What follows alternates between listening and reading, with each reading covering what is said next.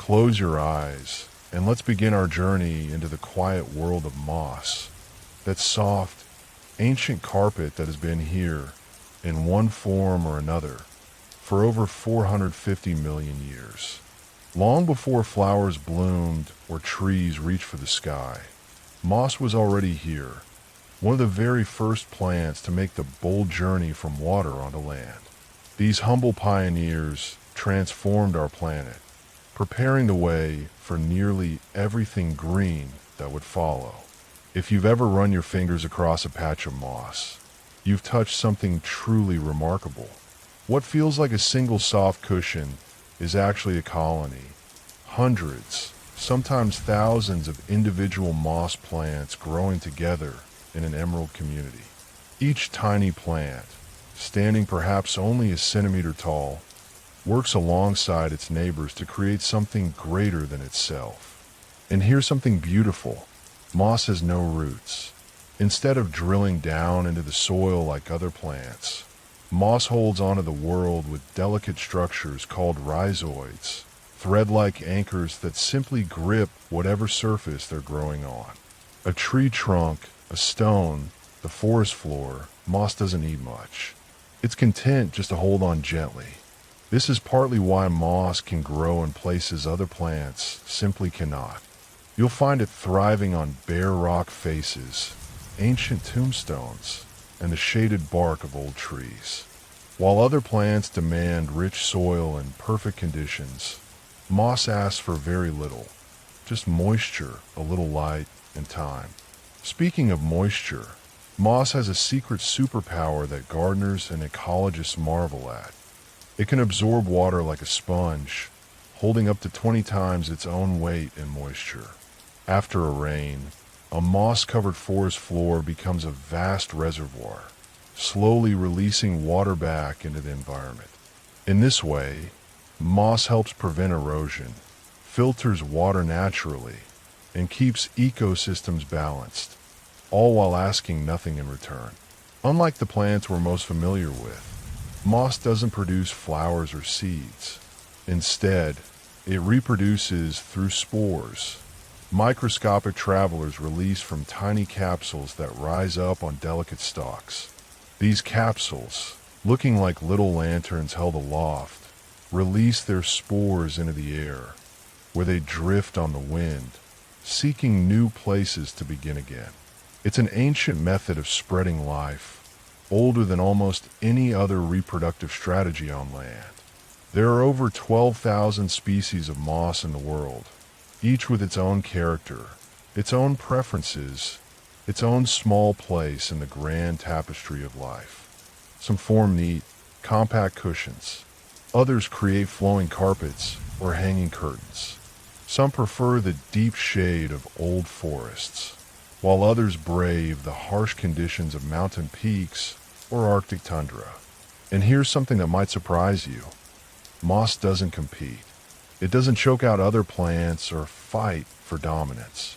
It simply fills the spaces others have overlooked, the gaps between tree roots, the north face of a boulder, the forgotten corners of stone walls. In a world that often seems defined by competition, moss quietly reminds us that there's another way, simply finding your place, however small, and thriving there with grace. As we settle deeper into the world of moss, let's consider what happens when you look closely, really closely, at these miniature forests. Each individual moss plant is called a gametophyte, and if you were to examine one under a magnifying glass, you'd discover an intricate architecture, tiny leaf-like structures, arranged in spirals or rows, each one perfectly designed to catch whatever light filters down through the canopy above. These aren't true leaves in the botanical sense. Moss evolved its structures independently, long before trees invented their own version, but they serve the same purpose, quietly converting sunlight into life. And here's something wonderfully strange. Moss can survive almost complete dehydration. When drought comes and water disappears, moss doesn't die. Instead, it simply waits. It can lose up to 98% of its water content, appearing brown and lifeless, brittle to the touch. But this is only a pause, not an ending. When rain returns, whether in days or months or even years, the moss drinks deeply and springs back to its vibrant green, resuming life exactly where it left off. It's a kind of patience we can barely imagine. This remarkable ability means moss can be found in some of the most inhospitable places on Earth. In Antarctica, where few plants dare to grow, moss persists in sheltered valleys, enduring months of darkness and temperatures that would kill almost anything else. Some Antarctic moss samples have been found to be over 5,000 years old. The same individual plants growing slowly, persistently, through millennia. Moss also performs a quiet service that often goes unnoticed. It captures air pollution. Those soft cushions act as natural filters, absorbing heavy metals, nitrogen compounds, and other pollutants from the air. Scientists actually use moss as a biological indicator. Where moss thrives, the air is relatively clean.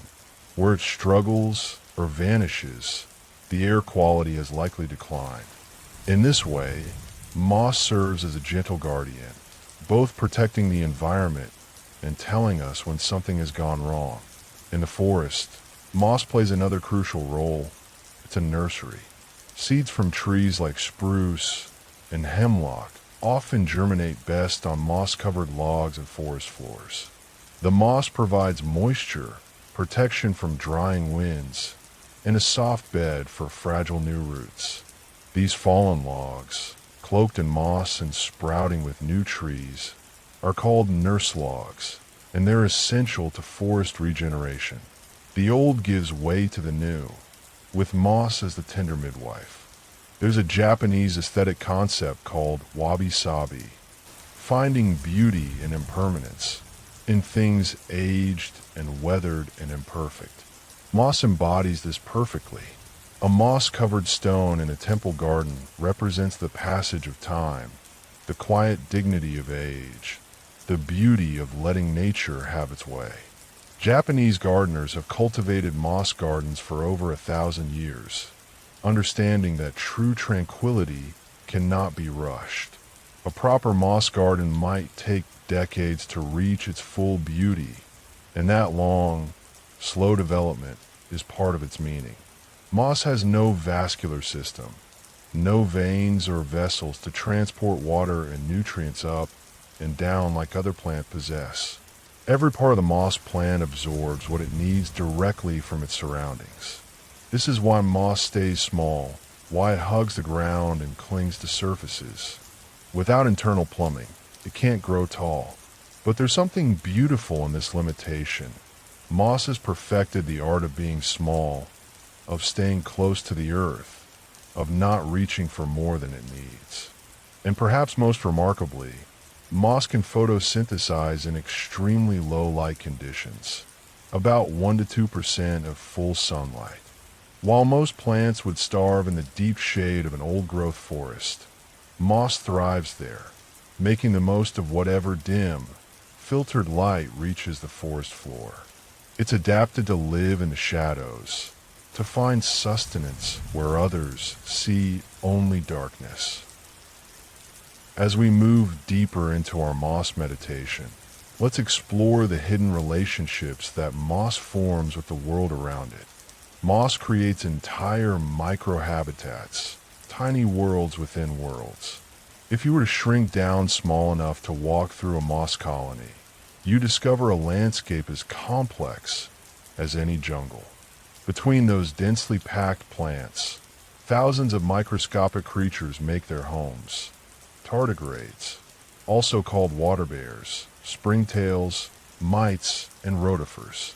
These tiny animals depend on the moisture and shelter that moss provides, and in turn, many of them help break down organic matter, enriching the thin layer of soil and debris that accumulates among the moss stems. It's a complete ecosystem, thriving in a space no larger than your hand. Some mosses have formed partnerships, even more intimate. Certain species harbor colonies of cyanobacteria, ancient microorganisms that can pull nitrogen directly from the air and convert it into a form that plants can use. This is the same remarkable process that legumes perform with bacteria in their root nodules. But moss does it differently. Without roots, simply hosting these nitrogen-fixing partners within its own tissue. Through this quiet collaboration, moss can actually enrich poor soils, making it possible for other plants to eventually take hold. The way moss reproduces is a story in two acts. We've mentioned spores, but there's more to the tale. Moss alternates between two completely different forms in its life cycle. The green, leafy moss we recognize, the gametophyte, produces male and female structures. When conditions are wet enough, male cells must literally swim through water droplets to reach the female structures and fertilize them. This is why moss needs moisture to reproduce sexually. It's still bound to water in this ancient way, just as its ancestors were when they first ventured onto land. After fertilization, something remarkable happens. A completely different structure grows from the fertilized female organ, a stalk topped with a capsule called a sporophyte. This is technically a separate generation, genetically distinct, living parasitically on the parent moss plant. When a capsule matures, it releases those spores we mentioned, and each spore that lands in a suitable spot grows into a new gametophyte, beginning the cycle again. 2 generations, 2 completely different forms, taking turns in an ancient dance of reproduction. Moss has been quietly shaping human history in ways we rarely acknowledge. In World War I, sphagnum moss, a particular type that grows in bogs, was used extensively as wound dressing. It could absorb up to 20 times its weight in blood and other fluids, far more than cotton bandages. But it did something else too. It naturally inhibited bacterial growth, helping wounds stay clean. Indigenous peoples had known this for centuries, but the wartime medical corps rediscovered it out of necessity when traditional bandages ran short. Sphagnum moss also creates peat, those dense, dark layers of partially decomposed plant material that accumulate in bogs over thousands of years. Peat bogs are remarkable places, so acidic and oxygen poor that organic matter barely decomposes. Bodies buried in peat bogs 2,000 years ago have been found remarkably preserved, their skin, hair, and even stomach contents intact. The moss creates a kind of time capsule, slowing decay to an almost geological pace. These same peat bogs serve as massive carbon sinks, storing about 1/3 of all the carbon in the world's soil, despite covering only 3% of Earth's land surface. As living sphagnum moss grows upward, the lower layers die and compress into peat, locking away carbon that was once atmospheric CO2. In this quiet way, moss has been helping regulate our planet's climate for millennia, sequestering carbon on a scale that rivals tropical rainforests. Moss also has a remarkable relationship with sound. A moss-covered forest floor absorbs sound waves, creating that particular hush you feel when walking through old-growth woods. The acoustic dampening is real and measurable. Moss reduces echo and softens footsteps, contributing to the sense of peace and timelessness that such forests evoke. Even in cities, moss-covered walls and green roofs help reduce noise pollution, giving us back a little bit of quiet in our increasingly loud world. As we continue our gentle exploration, let's turn our attention to the colors and textures that moss brings to the world. While we often think of moss as simply green, there's actually a remarkable spectrum hidden within the moss world. Some species display deep emerald tones, others are nearly golden, and some carry hints of rust or copper. There are silvery mosses that shimmer in certain light, and mosses so dark they appear almost black when dry. This variation comes from different combinations of chlorophyll and other pigments, each species finding its own shade, its own way of capturing and using light. The world of moss is far more colorful than a casual glance might suggest. Moss grows at a pace that makes patience seem hurried. Most species add only a few millimeters of growth each year, some even less. That cushion of moss you might step over on a forest trail could be decades old, possibly older than you are. A substantial moss colony covering a boulder might represent a century or more of slow, steady growth. In the human world, we measure progress in days and weeks. Moss measures it in decades and centuries, reminding us that not everything worthwhile happens quickly. Temperature affects moss in fascinating ways. Many species can actually photosynthesize at near freezing temperatures, remaining active when most other plants have shut down for winter. Some mosses continue growing under snow, taking advantage of the insulating layer above them and the dim light that filters through. This cold tolerance is part of why moss is often the dominant plant life in Arctic and alpine regions. It can make use of growing seasons that are simply too short and too cold for almost anything else. The relationship between moss and trees goes deeper than we might think. Certain mosses grow exclusively on specific types of trees. They're specialists, adapted to the particular pH of that tree's bark, the moisture patterns of its trunk, even the chemistry of the rainwater that flows down its branches. If you learn to recognize these specialist mosses, you can actually identify tree species from a distance, even in winter when leaves are gone. The moss becomes a kind of signature, a green fingerprint of the tree it calls home.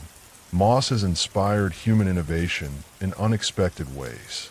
Scientists studying how moss absorbs and retains water have developed new materials for agriculture and horticulture. Moisture-retaining substances that help soils stay hydrated during droughts. The structure of moss leaves has inspired designs for more efficient solar panels. Their spiral arrangements and overlapping patterns suggesting new ways to capture light at multiple angles. Nature has spent 450 million years perfecting moss, and we're still learning from its elegant solutions. In traditional Nordic construction, moss served as a crucial building material. Dried moss was packed between logs and homes, serving as insulation and draft-proofing. It had natural antimicrobial properties that helped prevent rot, and when it eventually absorbed moisture, it would swell slightly, creating an even tighter seal. Some of these moss-insulated buildings have stood for hundreds of years, the moss still performing its quiet duty, keeping homes warm through countless winters. Moss also communicates, though not in any way we typically recognize as communication. When a moss colony is stressed by pollution, disease, or environmental change, it can release chemical compounds that neighboring moss patches respond to, sometimes altering their own growth patterns or chemical defenses. It's a chemical conversation happening in slow motion, entirely invisible to us, but real nonetheless. The moss colony isn't just a collection of individuals. It's a community that shares information. There's a particular moss called cord moss, or Funaria hygrometrica, that has an extraordinary relationship with fire. It's one of the first plants to colonize areas after forest fires, its spores germinating in the nutrient-rich ash. But here's the remarkable part. Its mature capsules are hygroscopic, meaning they twist and untwist in response to humidity changes. When conditions are dry, ideal for spore dispersal, the capsule opens. When moisture returns, it closes. This simple mechanical response ensures the spores are released at exactly the right moment to travel far on dry winds, maximizing the moss's chance of finding new territory. We now move into this next chapter of our moss journey. So let's explore how moss interacts with water in ways both subtle and profound. Moss doesn't just absorb water. It shapes how water moves through entire landscapes. In mountainous regions, moss-covered slopes act like natural sponges, capturing rainfall and releasing it gradually into streams and rivers below. During heavy rains, this buffering effect can mean the difference between a steady, clear stream and a destructive flash flood. The moss holds back the surge, gentling the water's journey downhill, filtering it as it goes. Entire watersheds depend on this quiet moderation that moss provides, though it rarely receives credit for the service. The structure of moss leaves is a marvel of microscopic engineering. Many species have leaves that are only one cell thick. Imagine that, a leaf so delicate it's essentially transparent, just a single layer of living cells. This extreme thinness allows the moss to absorb water and nutrients directly through the leaf surface with remarkable efficiency. There's no need for the complex internal structures that other plants require. In its simplicity, moss achieves something elegant. Every cell in direct contact with the world around it. Moss has a particular affinity for fog. In coastal regions and mountain areas where fog is common, certain moss species have evolved to harvest water directly from the air. As fog passes through a moss-covered tree or rock face, tiny droplets condense on the moss's intricate surface, then trickle down to be absorbed. In some ecosystems, particularly cloud forests, this fog drip can provide more water to the forest than rainfall itself. The moss becomes a kind of net, catching moisture from the very air. Birds and mammals have long recognized moss's value. Over 50 species of birds use moss in nest construction, weaving it into their architectural designs. Moss provides insulation, cushioning for eggs, and because it stays moist longer than other materials, it can help regulate temperature and humidity inside the nest. Some birds are quite particular, selecting specific moss species for their nests. Wrens, chickadees, and hummingbirds are especially fond of moss, sometimes traveling considerable distances to find just the right kind. Deer and elk have their own relationship with moss. In winter, when other food sources become scarce and snow buries much of the vegetation, these animals turn to tree-dwelling mosses and lichens. They'll stand on their hind legs to reach moss on tree trunks, or feed on moss exposed on fallen logs. While not their preferred food, moss provides crucial nutrition during the hardest months, helping them survive until spring returns. It's emergency rations, offered freely by the forest. The pigments in moss do more than create color. They protect. Many mosses contain compounds that act as natural sunscreens, protecting their cells from ultraviolet radiation. This is especially important for mosses growing in exposed locations like mountaintops or Arctic tundra, where UV levels are high. Some of these UV protective compounds are so effective that researchers are studying them for potential use in human sunscreens and anti-aging products. Once again, moss offers solutions refined over hundreds of millions of years. Moss has extraordinary regenerative abilities.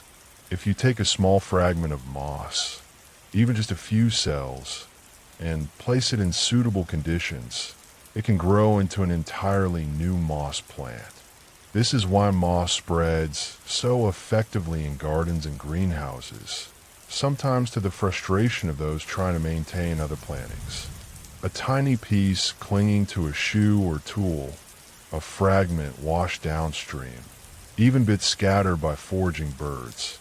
Each can become a new colony. Moss doesn't just survive, it multiplies from the smallest beginning. In traditional Chinese medicine, certain mosses have been used for thousands of years to treat various ailments. One species, known as Shui Xian Chao, has been used to reduce inflammation and promote wound healing. Modern research has found that some mosses do indeed contain compounds with anti-inflammatory and antimicrobial properties. Western medicine is only now beginning to explore what traditional healers have known for millennia, that these humble plants hold sophisticated chemistry within their tiny structures. As we settle into this next quiet stretch of our journey, let's consider moss's relationship with time and memory. Moss has an unusual way of recording history because it absorbs everything from its environment: water, minerals, pollutants. It becomes a living archive of atmospheric conditions. Scientists can analyze moss tissue to reconstruct pollution levels from decades past, tracing the rise and fall of industrial emissions, the introduction of unleaded gasoline, even the fallout patterns from distant nuclear events. Each layer of growth captures a moment in time, creating a botanical record of the air that surrounded it. Moss remembers what the sky has held. There's a phenomenon in ecology called cryptobiosis, a state of suspended animation where metabolic activity becomes virtually undetectable. Certain mosses are masters of this hidden life. Antarctic moss specimens have been frozen solid for over 1,500 years, then thawed and revived, continuing their growth as if no time had passed at all. This isn't merely survival. It's a form of biological time travel, a way of stepping outside the normal flow of life and death, waiting in perfect stasis until conditions improve. Moss responds to the rhythm of seasons in subtle ways. Many species produce their spore capsules only at specific times of year, timing their reproduction to seasonal moisture patterns and wind conditions. Some are spring specialists, others prefer autumn, and a few time their spore release to winter, when competing plants are dormant and less likely to shade out the tiny, vulnerable moss sporelings. Even without a brain or nervous system, mosses learn to read the calendar written in light and temperature. The diversity of moss is astonishing when you begin to pay attention. The smallest mosses are barely visible without magnification, forming crusts thinner than a fingernail. The largest, like Dawsonia in the wet forests of New Zealand and Tasmania, can reach nearly 20 inches tall, still modest by plant standards, but towering in the moss world. This species has evolved more complex internal structures than most mosses, pushing at the boundaries of what's possible without a true vascular system. Moss played an unexpected role in the evolution of land plants. When early mosses colonized rocky shores hundreds of millions of years ago, they began the slow process of breaking down stone into soil. Their rhizoids secreted mild acids that dissolved minerals. Their bodies, when they died, added organic matter. Over countless generations, moss transformed bare rock into the first primitive soils, creating the foundation that would eventually support ferns, then forests, then flowering plants. Every garden on Earth owes something to moss's patient groundwork. There's a particular magic to moss during rain. While most plants shed water from their leaves, that's what their waxy coatings are designed to do. Moss welcomes it completely. Watch a patch of moss during a rainstorm, and you'll see it visibly swell, darkening in color as it drinks deeply. The transformation can happen in minutes. Dry, pale, dormant moss becomes saturated, vibrant, alive. It's one of nature's quickest and most dramatic revivals, happening quietly all around us whenever rain falls. Some mosses are bioluminescent. They glow. Well, not quite, but they can appear to glow through a remarkable optical trick. The protonema cells of certain mosses, particularly those in the family Schistostagaceae, have a unique lens-like shape that concentrates and reflects light. Growing in dark caves or under deep root hollows, these mosses can seem to emit their own ghostly green or golden light. They're not producing light, merely catching what little exists and beaming it back toward your eyes. Cave explorers in Europe have called it goblin gold for centuries. This eerie luminescence in the darkness.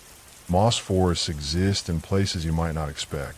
In the deep ocean, below the reach of sunlight where no photosynthesis can occur, there are no mosses. They need light like all green plants. But in the spray zone above tide pools and in the humid air of sea caves, specialized mosses thrive on salt spray and mist. These coastal mosses have adapted to tolerate salt concentrations that would kill their inland cousins, proving once again that moss can find a way to inhabit nearly every environment that offers even the slightest possibility of life. As we drift further into the world of moss, let's explore the quiet partnerships and surprising connections that moss forms across the living world. Moss has an intricate relationship with fungi. While we often think of mycorrhizal fungi partnering with tree roots, many mosses also form associations with fungal partners. These microscopic fungi weave through moss tissue, helping the moss absorb nutrients more efficiently, particularly phosphorus, which can be scarce in the nutrient-poor environments where moss often grows. In return, the moss shares some of the sugars it produces through photosynthesis. It's a trade agreement written in chemistry, benefiting both partners in the ancient language of mutual dependence. In tropical rainforests, moss takes on a completely different character than its temperate cousins. Epiphytic mosses, those that grow on other plants without parasitizing them, drape themselves across tree branches high in the canopy, creating hanging gardens in the sky. These aerial moss communities can hold so much water that they create their own microclimate, staying moist even when the forest floor far below dries out. Tree frogs lay their eggs in these moss pools, and countless insects make their homes in these suspended wetlands. Entire ecosystems thriving in what amounts to a damp cushion clinging to a branch. Moss has a surprising connection to soil formation that continues even today. In volcanic regions, where fresh lava creates sterile, lifeless rock, moss is often among the very first colonizers. It can begin growing on bare lava within just a few years of an eruption, long before any other plants can gain a foothold. As these pioneer mosses live and die, they create tiny pockets of organic matter in the crevices of the rock.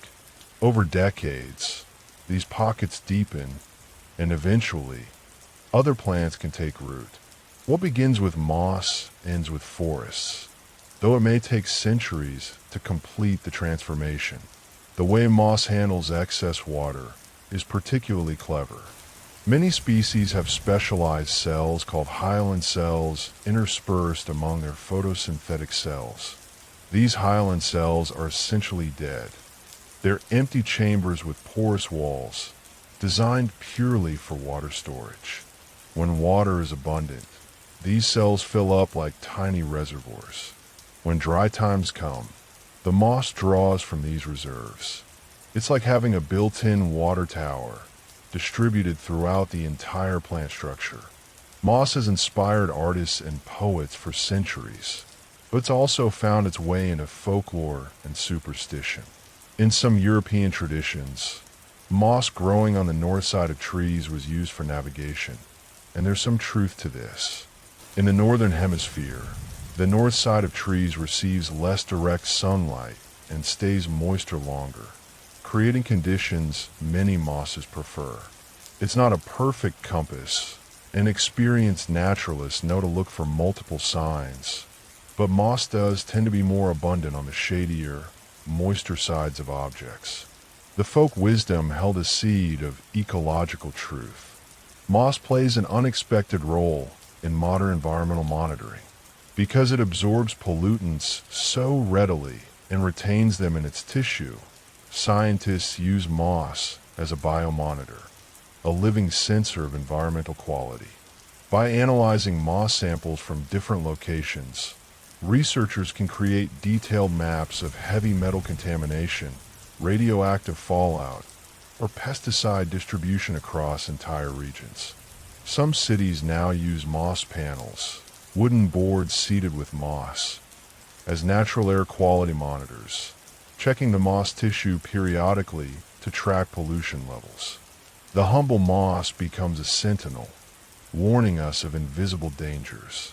In permafrost regions, moss serves a crucial and somewhat paradoxical function. While living moss insulates the frozen ground beneath it, helping keep permafrost frozen even as air temperatures rise, it also traps heat in ways that can contribute to thawing. The balance is delicate. Thick moss layers can protect permafrost during summer, but if disturbed by fire, by human activity, the permafrost becomes vulnerable. Indigenous communities in the Arctic have long understood this relationship, knowing that protecting moss means protecting the frozen ground that stabilizes their landscape. Moss has no mechanism for long-distance transport of water or nutrients, yet it can form continuous carpets stretching across acres of forest floor. How does it maintain consistency across such distances without internal communication channels? The answer lies in its sensitivity to microconditions. Each tiny moss plant responds independently to the moisture, light, and nutrients immediately around it.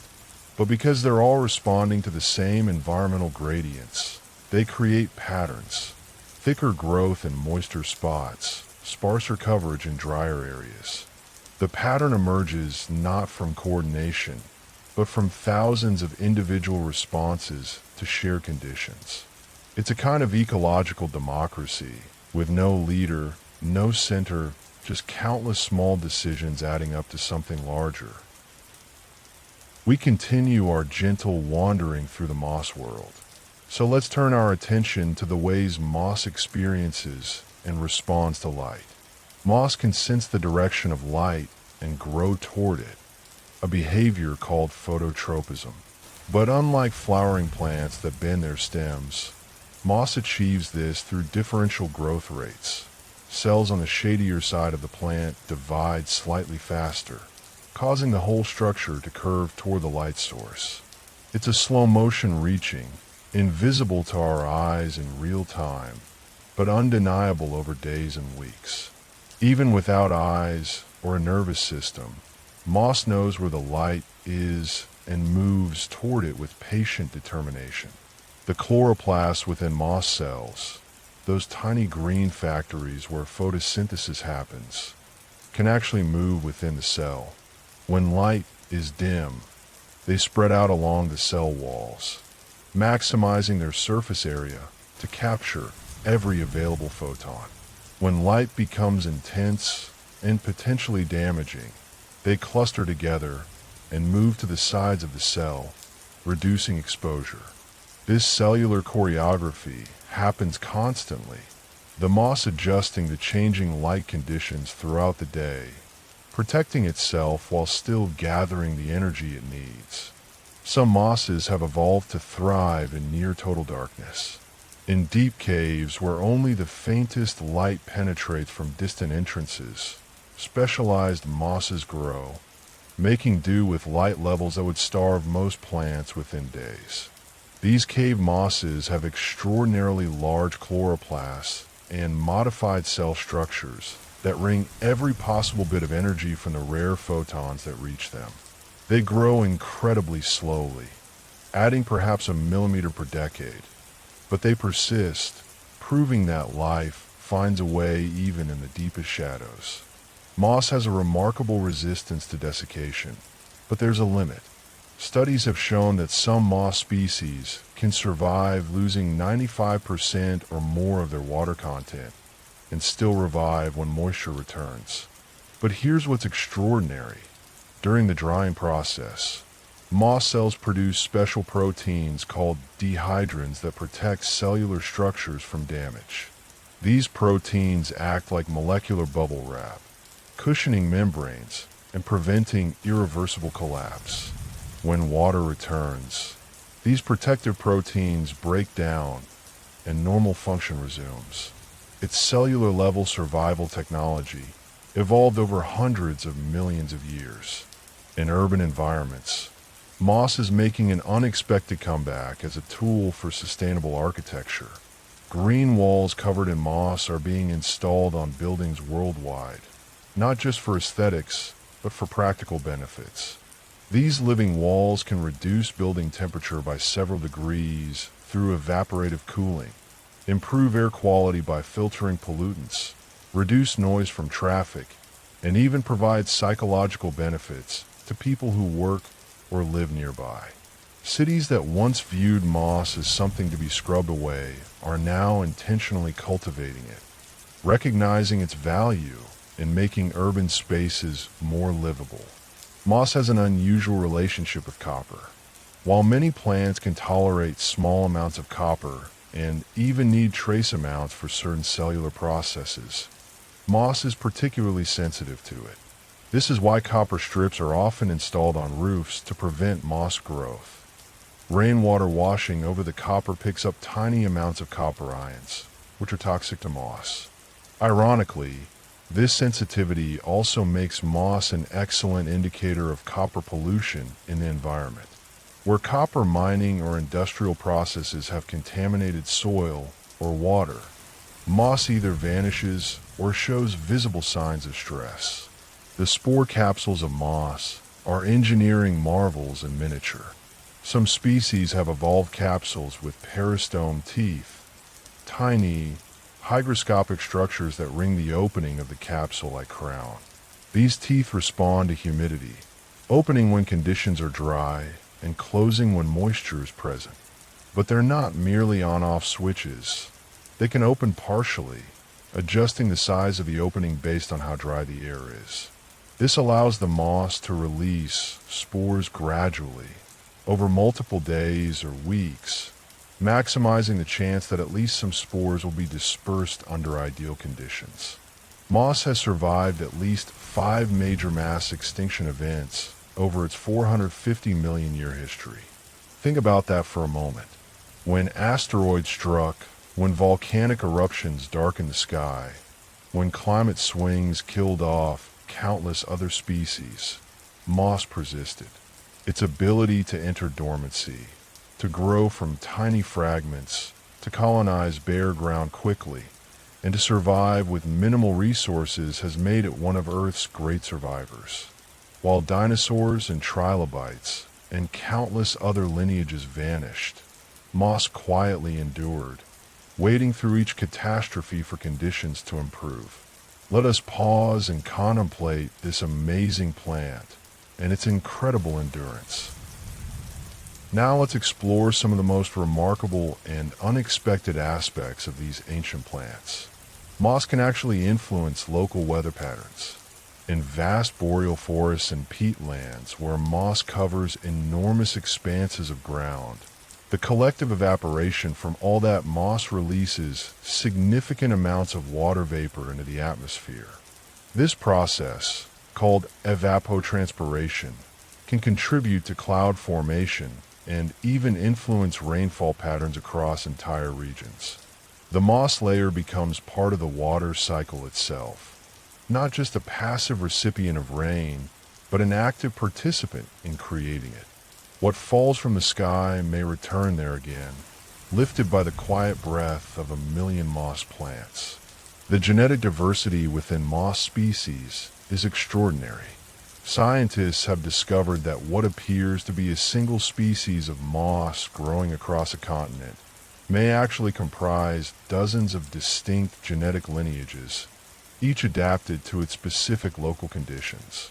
These cryptic species look identical to the naked eye, but DNA analysis reveals they've been evolving separately for millions of years.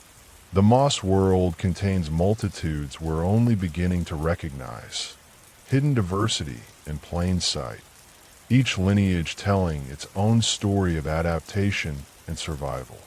Moss has an unexpected role in carbon dating. When peat accumulates in bogs, It creates layers that can be dated using radiocarbon techniques. The moss also helps calibrate those dates.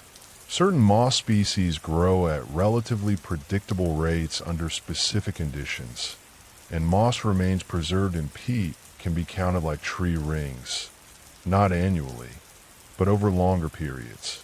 By combining radiocarbon dates with moss layer analysis, scientists can reconstruct climate history and environmental changes stretching back thousands of years.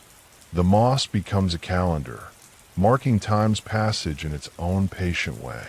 Some mosses have evolved a fascinating anti-herbivore defense. While moss doesn't produce the complex chemical defenses that many flowering plants use, certain species accumulate heavy metals from their environment: lead, cadmium, zinc, in concentrations that would be toxic to animals that eat them. This isn't intentional in any conscious sense, but it functions as protection nonetheless. Slugs and other invertebrates that might otherwise graze on moss learn to avoid these contaminated patches, leaving the moss to grow undisturbed. The moss turns pollution into armor. In space exploration, moss has become an unlikely pioneer once again. Scientists studying how to grow food on long space missions or on other planets have looked at moss as a potential first crop. Some moss species can tolerate radiation levels higher than most plants, can survive extreme temperature fluctuations, and can grow in minimal soil or even on bare rock. All useful traits for extraterrestrial agriculture. Experiments have been conducted on the International Space Station, where moss has successfully grown in microgravity. If humans ever establish colonies on the Moon or Mars, moss might be among the first Earth plants to grow there, just as it was among the first to colonize land on our own planet. The way moss disperses across landscapes reveals surprising patterns. While we think of spores as traveling on the wind, research has shown that animals play a larger role than once believed. Migrating birds carry moss fragments in their feathers and on their feet, transporting them across continents. Insects inadvertently collect moss spores and carry them to new locations. Even large mammals like caribou and moose, brushing against moss-covered trees and rocks, become unwitting dispersal agents. The moss travels not just on air currents, but on the backs and feet of the animal kingdom, hitching rides across the world. Moss exhibits something called poikilohydry. Its water content fluctuates with environmental conditions, and it has no way to regulate internal moisture the way most plants do. This sounds like a weakness, but it's actually a profound adaptation. By surrendering the attempt to control its water content, moss avoids the energy cost of maintaining that control. It can survive in environments too unpredictable for plants that need consistent moisture. It's a kind of botanical surrender that paradoxically grants freedom. By accepting complete dependence on external conditions, moss gains the ability to survive almost anywhere those conditions occasionally favor life. Traditional thatched roofs in northern Europe often develop moss growth over time, and far from being a problem, this was sometimes seen as a sign of a well-made roof. The moss helped bind the thatch together, added an extra layer of waterproofing, and could even insulate the structure beneath. Some thatchers would deliberately encourage moss growth by treating new roofs with buttermilk or other organic solutions that helped moss spores establish. The moss became part of the living architecture, a green cap that improved with age rather than deteriorating. As we arrive at the final stretch of our journey through the moss world, let's reflect on some last wonders these ancient plants hold. Moss has a peculiar relationship with fire. While individual moss plants are certainly flammable when dry, dense moss mats can actually slow the spread of ground fires. The moisture retained deep within a thick moss layer creates a barrier that surface flames struggle to penetrate. After fires pass through forests, these moss refugia, patches that escape burning, become crucial seed sources for moss recovery. Within months, spores from these survivors begin recolonizing the burned areas, and the green carpet slowly returns. Even fire, one of nature's most destructive forces, cannot entirely erase moss from a landscape. The study of moss, called bryology, has revealed that mosses communicate stress across distances through volatile organic compounds. When one part of a moss colony is damaged by being stepped on, eaten, or cut, it releases airborne chemical signals. Neighboring moss patches, receiving these signals, begin producing defensive compounds even before they're directly threatened. It's an early warning system, a way for the colony to prepare for danger that's approaching but hasn't arrived yet.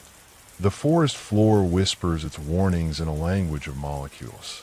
Moss plays an unexpected role in freshwater ecosystems. In streams and rivers, aquatic mosses stabilize sediment, preventing erosion of stream banks and keeping water clear.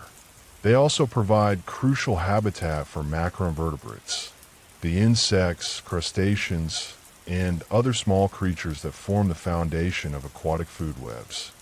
Fish rely on these invertebrates, and the invertebrates rely on moss. Remove the moss, and the entire stream ecosystem can collapse. That green fringe along the water's edge is holding together more than we can see. Some of the world's oldest continuously inhabited buildings have moss growing on them, and this moss may have been there for centuries. Ancient stone churches, temples, and monuments develop moss communities that persist for generations, slowly weathering the stone beneath them, but also, paradoxically, protecting it from more severe erosion. The moss creates a living skin over the stone, buffering it from temperature extremes and harsh weather. Restoration experts now sometimes face a dilemma. Remove the moss to reveal pristine stone, or leave it as part of the building's historical ecology. Moss has an unusual ability to repair damaged DNA. When moss is exposed to intense desiccation or radiation, both of which can damage genetic material, it has mechanisms to identify and fix these breaks in its DNA strands. This repair capacity is more efficient than in many other organisms, allowing moss to survive conditions that would cause fatal genetic damage to other plants. Scientists studying these repair mechanisms hope to understand how they work and whether similar systems could be enhanced in crop plants to help them withstand environmental stress. The relationship between moss and time feels different from other plants. A tree marks years with rings. An annual flower completes its cycle in months. But moss exists in a slower rhythm, neither truly annual nor perennial in the traditional sense, but something timeless. The same moss gametophyte can live for decades, even centuries in some species, growing so slowly that its age becomes almost meaningless. It doesn't race toward reproduction and death. It simply persists, growing when conditions allow, waiting when they don't, present through seasons and years and human lifetimes, an anchor of green in a changing world. In art conservation, moss has become both a problem and a teacher. Outdoor sculptures, especially those in humid climates, often develop moss growth that can trap moisture against metal or stone and accelerate deterioration. Yet studying how moss colonizes these surfaces has taught conservators about microclimate conditions, moisture patterns, and pollution levels around valuable artworks. The moss becomes an informant, telling experts where problems exist before they become visible to the human eye. What damages also diagnoses. Indigenous peoples across the world have used moss for countless purposes beyond what we've mentioned.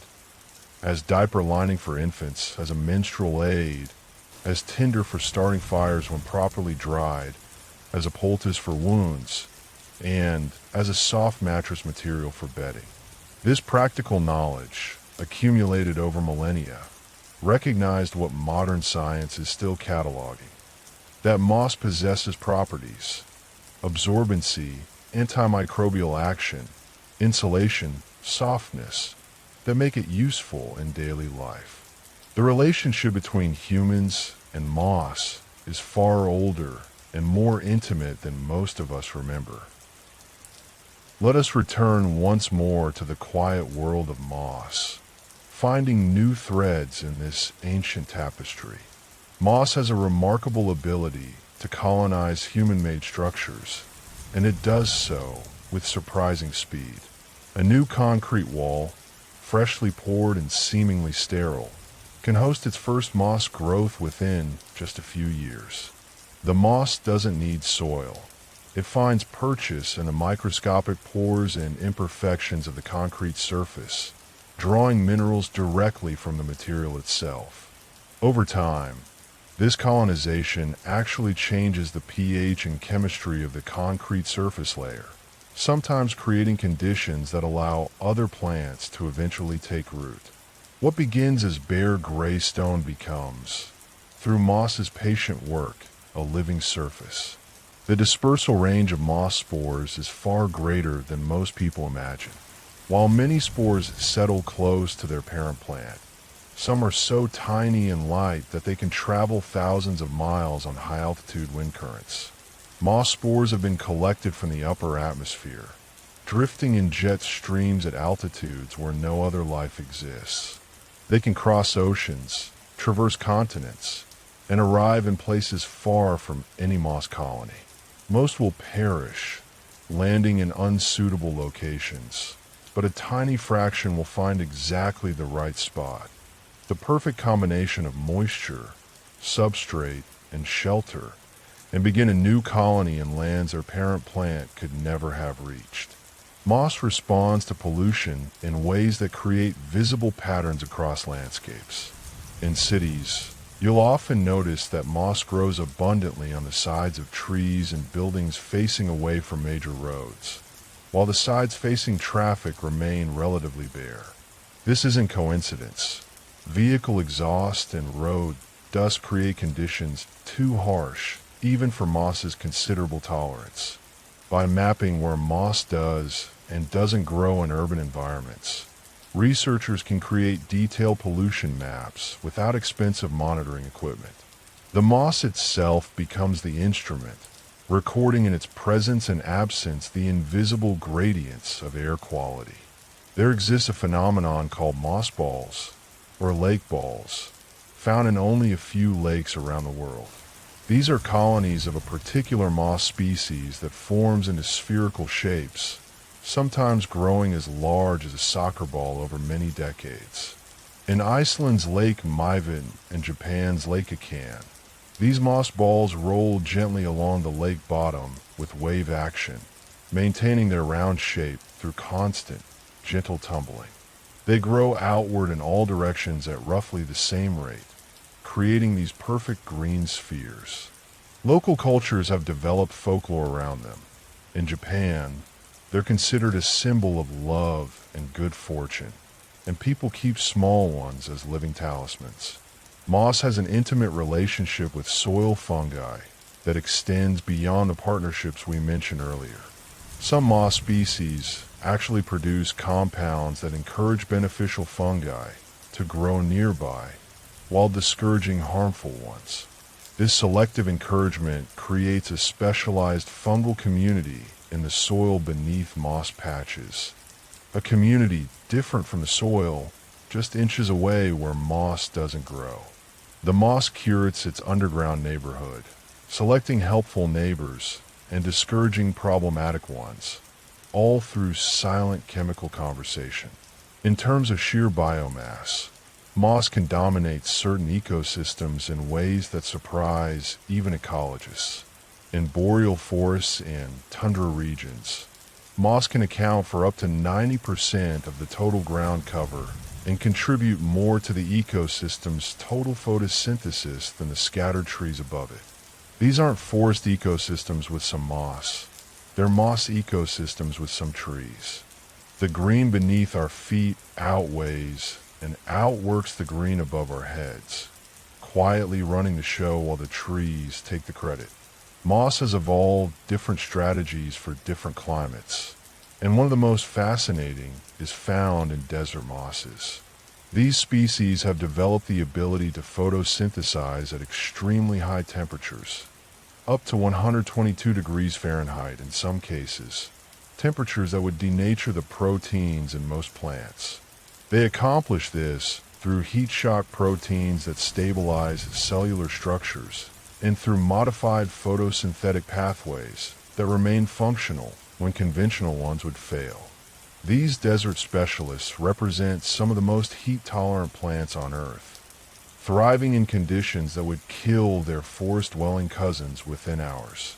The texture of moss, that soft, cushioned feeling we experience when touching it, serves multiple biological functions. The dense packing of individual plants creates countless tiny air spaces between them, and these spaces trap moisture, creating a humid microclimate even when the surrounding air is dry. This same structure also provides extraordinary insulation. Bumblebees and other insects sometimes take shelter in moss during cold nights, finding temperatures several degrees warmer within the moss cushion than in the open air just above it. The moss becomes a collective blanket, each individual plant contributing to a shared warmth. We continue deeper into this meditation on moss by exploring the final mysteries these plants still hold. Moss has a curious relationship with gravity. While most plants use gravity sensors in their cells to orient their growth, roots down, shoots up, moss's response is more nuanced. Because moss lacks true roots and can absorb nutrients from any direction, many species show weak or even absent gravitropic responses. Some mosses grow just as happily sideways, or even upside down on the underside of overhanging rocks as they do right side up. They're freed from one of the fundamental constraints that shapes most plant architecture, allowing them to colonize surfaces that other plants cannot even consider. The longevity of moss spores is extraordinary. Viable moss spores have been recovered from ice cores dating back hundreds of years, and when provided with suitable conditions, these ancient spores germinated and grew into healthy moss plants. Some species produce spores with incredibly durable outer walls that can withstand freezing, intense UV radiation, and complete desiccation for decades, or even centuries. These spores are patience incarnate, capable of waiting through long periods of unsuitable conditions until the moment arrives when life becomes possible again. Moss plays an unexpected role in the global nitrogen cycle. Beyond the nitrogen-fixing partnerships we mentioned earlier, decomposing moss releases nitrogen back into the environment in forms that other plants can use. In nitrogen-poor environments like boreal forests and tundra, this slow release of nutrients from decaying moss can be a major source of available nitrogen for the entire ecosystem. The moss gives even in death, its body breaking down to feed the community it was part of. There's a particular adaptation found in some alpine mosses called frost flowers. When temperatures drop suddenly on humid nights, ice crystals form on the surface of the moss in intricate, delicate patterns, ribbons and spirals of ice that extend several inches from the plant. These form because the moss continues to release moisture even as its surface freezes, and this moisture freezes immediately upon contact with air, creating these elaborate ice sculptures. By morning, they've usually sublimated away, leaving no trace except the slightly drier moss beneath. It's a fleeting art form, performed in darkness for no audience but the stars. Moss has influenced human navigation in ways beyond the north side of trees' folk wisdom. In dense fog or heavy forest, where compasses can be unreliable due to local magnetic anomalies or metal deposits, some indigenous peoples developed the skill of reading moss patterns to maintain direction. By understanding which moss species prefer which aspects and moisture levels. And by recognizing how moss growth shifts gradually across a landscape, skilled navigators could maintain their bearing even when all other landmarks disappeared. The moss became a compass made of living tissue, pointing the way home. The chemical complexity of moss is still being discovered. Recent research has identified over 200 unique compounds produced by various moss species, many of which have no known equivalent in other plants. Some show promise as antibiotics, others as anti-cancer agents, and still others as natural pesticides. Pharmaceutical companies are only beginning to screen mosses systematically for useful compounds. This ancient lineage, which diverged from other plants before flowers, before trees, before seeds themselves, has had 450 million years to experiment with chemistry. What we're finding suggests that moss may hold biochemical secrets that could benefit medicine, agriculture, and industry in ways we're only beginning to imagine. Moss responds to day length, photoperiod, just as many flowering plants do. Some species time their reproductive cycles based on the lengthening or shortening of days, ensuring that spores are produced at optimal times for dispersal and germination. This ability to sense and respond to seasonal light patterns exists without any specialized organs. No flowers to bloom, no leaves to drop. The moss senses the turning of the year through the accumulated experience of its photosynthetic cells, each one a tiny light meter recording the passage of days. In some cultures, moss has been seen as a symbol of meditation and contemplation. Zen Buddhist monks tending temple gardens view moss not as something to be managed or controlled, but as a teacher. Its slow growth reminds them that enlightenment cannot be rushed. Its ability to thrive with minimal resources reflects the principle of finding contentment in simplicity. Its soft, quiet presence encourages the stilling of the mind. These gardens become places where moss and human consciousness grow together, each at their own pace, sharing the same space and sunlight. And here, as our time together draws truly to a close, perhaps the most profound fact about moss is this. Despite 450 million years of evolution, despite spreading to nearly every terrestrial environment on Earth, despite developing countless specialized adaptations, moss has remained fundamentally simple. It has never developed the complexity of vascular tissue, never evolved true leaves or roots, never produced flowers or fruits. It found a successful way of being early in the history of life on land, and it has stayed true to that way ever since. In a world that often confuses complexity with success, moss quietly demonstrates that simplicity, when perfected, needs no improvement. It is enough, just as it is. And perhaps that's the real lesson moss offers. Not to always reach for more, but to perfect what you already are. Rest well, knowing that somewhere tonight, moss is growing. Slowly, patiently, perfectly, just as it has for longer than we can truly comprehend. And so we come to perhaps the most important truth about moss. It asks for almost nothing and gives more than we realize. It purifies air, creates soil, holds water, shelters countless small lives, stabilizes slopes, feeds animals in lean times, marks the passage of centuries, and covers the bare places of the world with patient green. It has survived everything Earth has thrown at it across 450 million years, and it persists still in forests and cities, on mountains and in caves, beside streams and on rooftops. Moss is a reminder that the smallest, quietest, most overlooked things can be essential.